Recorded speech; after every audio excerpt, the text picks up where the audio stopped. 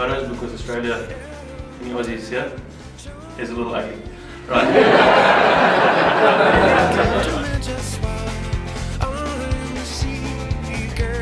So basically the idea with this is to do something that can't be done in other parts of the world, it can't be done in other countries. There's nowhere else in the world that has this massive wealth of old bush vine, Chenin Blanc, and really interesting little pockets of old Semillon. I mean, these varieties have been planted at the Cape since 1656 by Jan Hendrik Boom in the Compagniestand. So that's 80 to 100 years before there was any Cabernet Sauvignon in the Medoc. All right.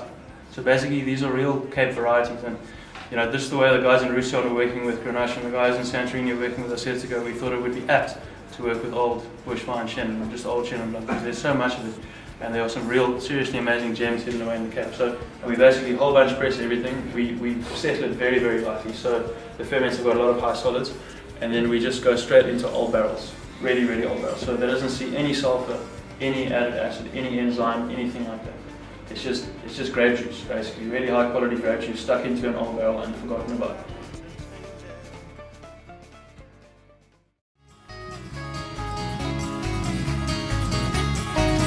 I was born in a Dublin street where the royal drums do beat, and the loving English feet they run all over us.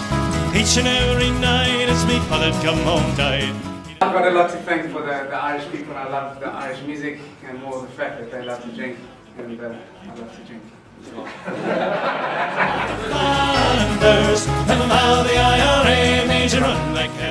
The Albendito, which is my original plan for making Chenin Blanc. These are under my own label. Albendito is something that is for me, and I do recommend putting it in the big glass. And if you don't like it, what's that? If you don't like it, I also understand. It's not really about pleasing the consumer, it's about pleasing myself and to see where I can go with Chenin Blanc specifically, because I think it's a fantastic grape. It's one of the grapes like Riesling, which is an amazing grape. You can make a sweet, dry, whatever. But Chenin has the power to capture everything. So the skins are just this deep golden color generally from the Swartland. And every year we throw them away. I think, I think we're throwing away something that's good. And I travel a lot and I've tasted a lot of guys' wines from Slovenia. We have one guy who doesn't like it. And these guys ferment on the skins. So this wine is fermented on the skins for 2 years. Just to put it in context, right? The first vintage I did was fermented for 4 weeks. The second vintage was 6 weeks carbonic maceration. This is the 2010, which is the third vintage, which is fermented for 2 years on the skin. So I take the head off the barrel. The barrel standing upright. I take the head off. I fill it with grapes. I walk on it a bit just to get some juice to start fermentation, and then I close the barrel. I lay it flat with the help of Jürgen, who explained his skin contact wine as well.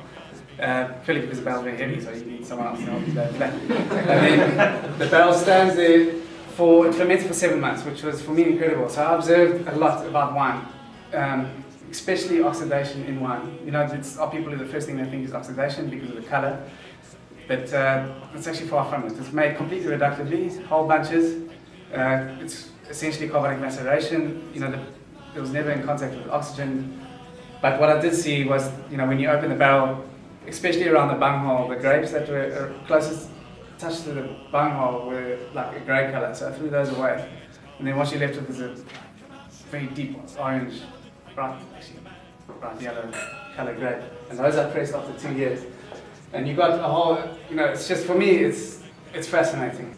There's a lot of these wines out there, a lot of guys in the old days used to make their wines like this, in Italy and southern France, and just, they used to mix their grapes and make all the grapes the same. So, it's something that they've got which I've never experienced.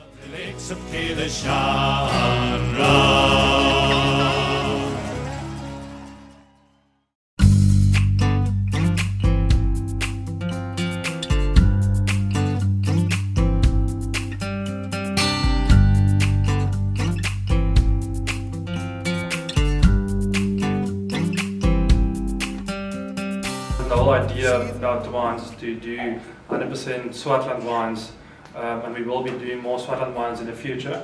We are part of the Swartland independent producers, so we've got 1 or 2 wines that's compliant, 100% Swartland wines, and Currently we do about 5,000 bottles annually. It's quite a small production. Basically we work with older bush vine vineyards, we work with some organic vineyards, trellised vineyards, dryland, and irrigated vineyards. So it's a mix and match of about 12, 13 partials of vineyards currently around Paardeberg, around Riebeek Mountain, and a few older bush vines and a few vineyards that we're discovering. Grenache is a sensitive cultivar, so I work more reductive, more protective, but I use whole bunches a lot for that, and I protect it after fermentation and during fermentation, so it's not something that I just neglect, maybe like Shiraz or Carignan, that's more robust in structure and the amount of oxygen that it can take. So I try to work more on the feminine side with the Grenache to show the feminine and the elegance of it.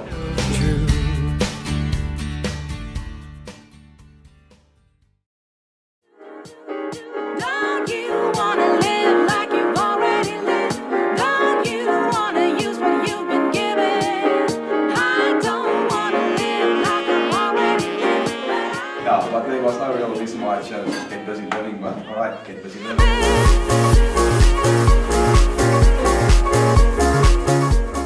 It's a blend of 88% Shiraz, and 12% Mourvedre. Obviously, you know, the vines are a lot younger than the white.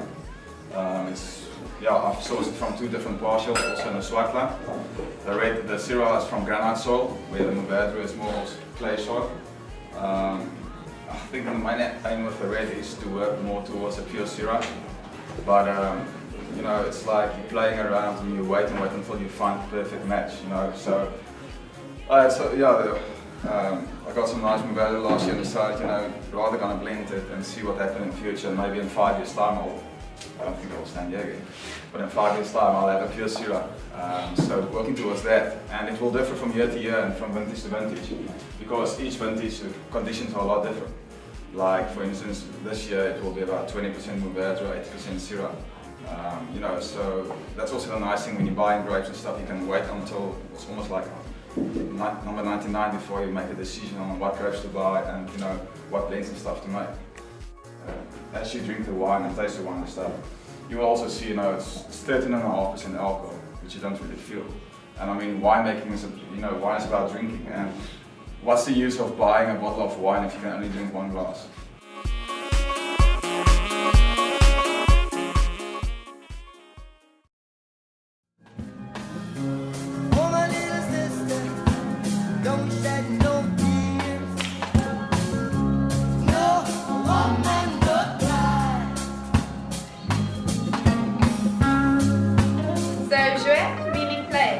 That's exactly what I'm still doing. In 2010, I got the opportunity to make my own port.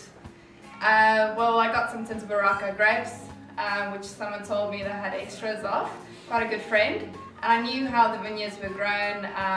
It's on granite soils, it's really intensive farming and not spraying too much chemicals. Farming more naturally, which is the best way to farm in my opinion. So the grapes picked, I had about, I think 300 kilograms.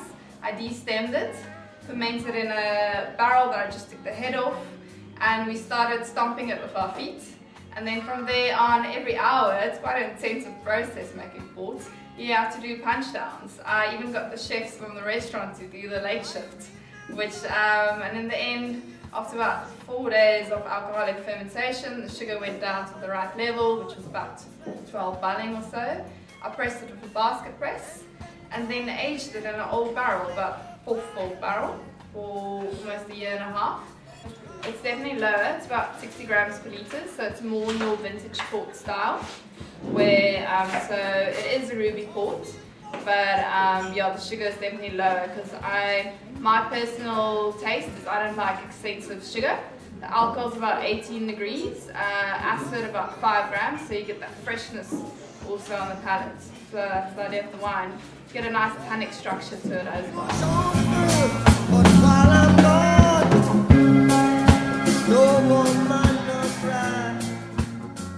I was at the Young Guns tasting too at the Wine Cellar. Exceptional tasting this evening. Some really, really exciting guys, funky attitudes, more European Sicilian style. Awesome wines. The Casalato wine is fantastic, followed by the Asparagus, I can't remember what blend, and then the Joie Port was cracking as well. I'd say my favourite wine of the evening is definitely the port. It's like Christmas pudding in a glass. Well, I thoroughly enjoyed the tasting this evening. These young guns are certainly cracking the boundaries. And what I love about it is that they're in this type of Swartland area where one expects to have wines that are big and full-bodied, and yet they're making lovely, elegant, low alcohol wines. Okay, right. The wine that I enjoyed the most, that was the Crytology made by Alhide Vineyards, and that's simply because I feel that their experience that they've gained overseas, they've combined with a certain kind of South African twang, and they've created something which is rich, textured, it's got a beautiful color, and I think it can age very well because of the great acidity. But what I found interesting about tonight's tasting is that there were so many different characters up there, and the wines were explored in all the different senses. So the color was explored, the texture was explored, the structure and the ageability, and the acidity was something that stood out for me, and I think that's